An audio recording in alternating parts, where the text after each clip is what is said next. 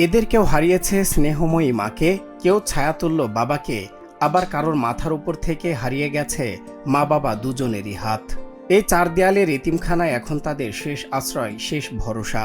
ছোট্ট ছোট্ট কণ্ঠে তারা মৃদুস্বরে বলে, আমাদেরও খুব ইচ্ছে করে একটু ভালো খাবার খেতে, কিন্তু এখানে যা দেয় তা দিয়েই খেতে হয়। তাদের আর্তনাদ যেন বাতাসের ভারকে আরও বাড়িয়ে দেয়।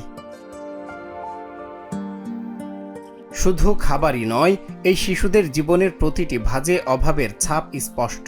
জীর্ণ পোশাক আর সীমিত সুযোগ সুবিধার মাঝেও এই ছোট্ট ছোট চোখগুলো স্বপ্ন দেখতে ভুলে যায়নি। তাদের প্রতিদিনের এক লোকমা খাবার কেবল পেট ভরানোর মাধ্যম নয়, বরং টিকে থাকার এক নিরন্তর শক্তি।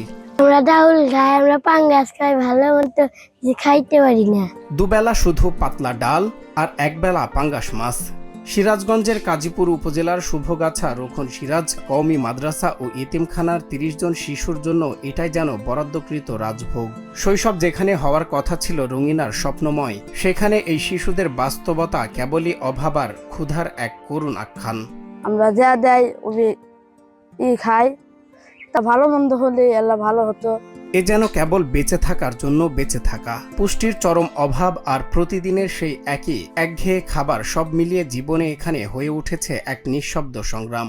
ডাল আর পাঙ্গাস মাছের সেই পরিচিত স্বাদে তাদের শৈশবের জিহ্বায় এখন কেবলই অরুচির ছায়া। তবুও ক্ষুধার তাড়নায় এক লোকমা অন্ন মুখে তুলে নেওয়া ছাড়া তাদের আর কোনো উপায় নেই। বর্তমানে দুই বেলা ডাউল চলে, দুপুরে একটুখানি পাঙ্গাস মাছের তরকারি হয়, এতটুকুতে চলতেছে আলহামদুলিল্লাহ। আজ সময় এসেছে এই অসহায় শিশুদের পাশে দাঁড়ানোর। আমাদের সমাজের বিত্তবান ও মানবিক মানুষের সহানুভূতি বদলে দিতে পারে এই ৩০টি জীবনের গল্প। এই শিশুদের অধিকার আছে একটু ভালোভাবে বাঁচার, একটু পুষ্টিকর খাবার খাওয়ার। আমার সন্তান বাড়িতে থাকে, আমরা তো শুধুমাত্র পাঙ্গাস খাওয়াই না, ডাউল খাওয়াই না। তো আমার এখানে এখন আমি আমি অপারক, আমি যতটুকু পারতেছি তাই করতেছি। এই শিশুরা জানে না রাজভোগ কাকে বলে, ওরা শুধু জানে ক্ষুধা মেটানোর নামই জীবন।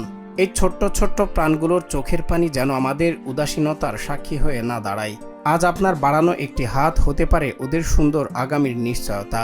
এতিমের তৃপ্ত হাসির চেয়ে সুন্দর আর পবিত্র ইবাদত পৃথিবীতে আর কি বা হতে পারে। সজল বিশ্বাস, নিউজ ডেস্ক, বাংলা টিভি।